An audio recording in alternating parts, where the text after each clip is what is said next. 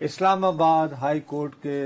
معزز جج صاحبان جو ہیں وہ انصاف لینے گئے تھے آئینی بینچ کے روبرو، یہ کہنے کہ جی یہ باہر سے کیوں ججز لا کر ہمارے اوپر بٹھائے جا رہے ہیں، 11 پٹیشنر اور اس کے بارے میں بلاخر نہیں، وہ تو ابتدا تو انہوں نے کی، باقی وسیم ملک آپ کے طرف مائک آپ کے پاس ہے، پوری تفصیل سے بتا دیجئے کہ آج فیصلہ کیا آیا اور کیا ہوا ہے۔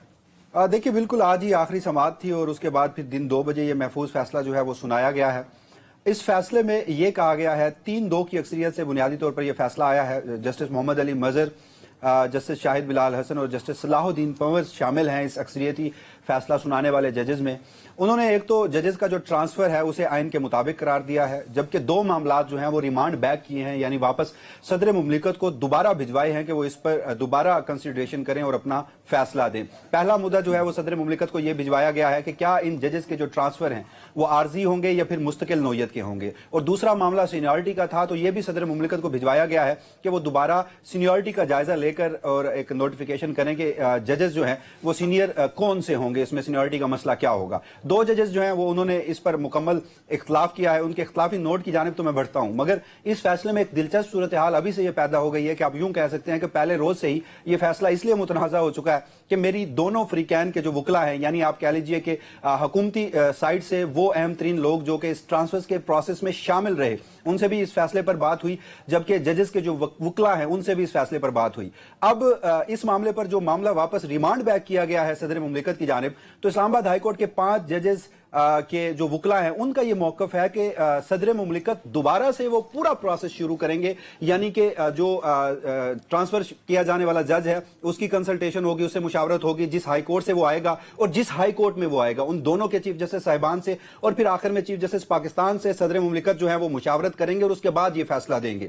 جبکہ جو حکومتی سائٹ کے لوگ ہیں وہ یہ سمجھتے ہیں کہ اس فیصلے میں ایسا کچھ نہیں ہے، صدر مملکت اپنا مائنڈ اپلائی کریں گے اور خود سے ایک فیصلہ جو ہے وہ کر کے یہ معاملہ جو ہے اس کو ونس فار آل جو ہے طے کر دیں گے۔ اب اگر مشاورت کا معاملہ ہوتا ہے تو اس میں پھر ایک جو ہرڈل ہے وہ یہ آتی ہے کہ اس وقت اسلام آباد ہائی کورٹ میں مستقل چیف جسٹس کوئی نہیں ہے، تو مشاورت کے لیے تو ایک عدد مستقل چیف جسٹس چاہیے، تو پہلا تو آئینی بحران یہیں سے شروع ہو جائے گا۔ جبکہ جو دوسرا معاملہ ہے اس میں چیف جسٹس یحییٰ آفریدی سے ہماری میں پہلے بھی رپورٹ کر چکا ہوں 3 مرتبہ ملاقات ہوئی، اور فائنل اتھارٹی وہ ہیں، کنسلٹیشن انہوں نے دینی ہوتی ہے۔ وہ یہ سمجھتے ہیں کہ سینیورٹی کے معاملے پر تو جسٹس سرفراز ڈوگر سب سے باٹم پر ہوں گے، اسی لیے 2 اختلافی ججز نے اپنے اختلافی نوٹ میں یہ لکھا ہے کہ حکومت جو ہے اس نے بدنیتی کی ہے اور یہ معاملات جو ہیں وہ چیف جسٹس سے اور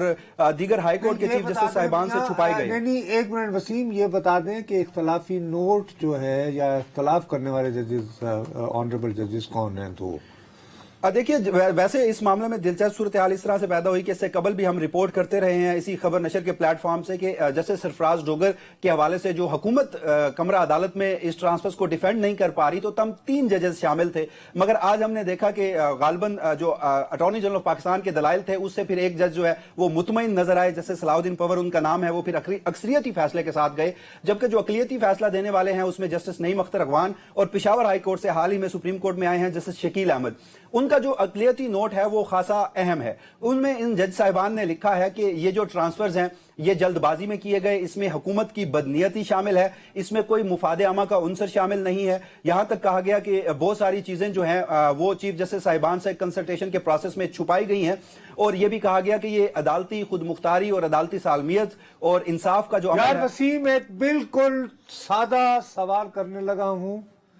جو بظاہر اتنا سادہ بھی نہیں ہے، میرا خیال ہے بہت مشکل ہوگا، میں آپ کو مشکل میں ڈال رہا ہوں، مجھے اس کے لیے معاف کر دیں۔ کیا آپ یہ نہیں سمجھتے ہیں کہ یہ جو انہوں نے صدر مملکت کو واپس بھیج دیا ہے کہ جی آپ یہ طے کریں کہ کون اسلام آباد ہائی کورٹ میں اب سینیورٹی کا لیول کیا ہوگا، یعنی کہ کیسے ہوگی سیڑھی 1 سے لے کر 10 تک،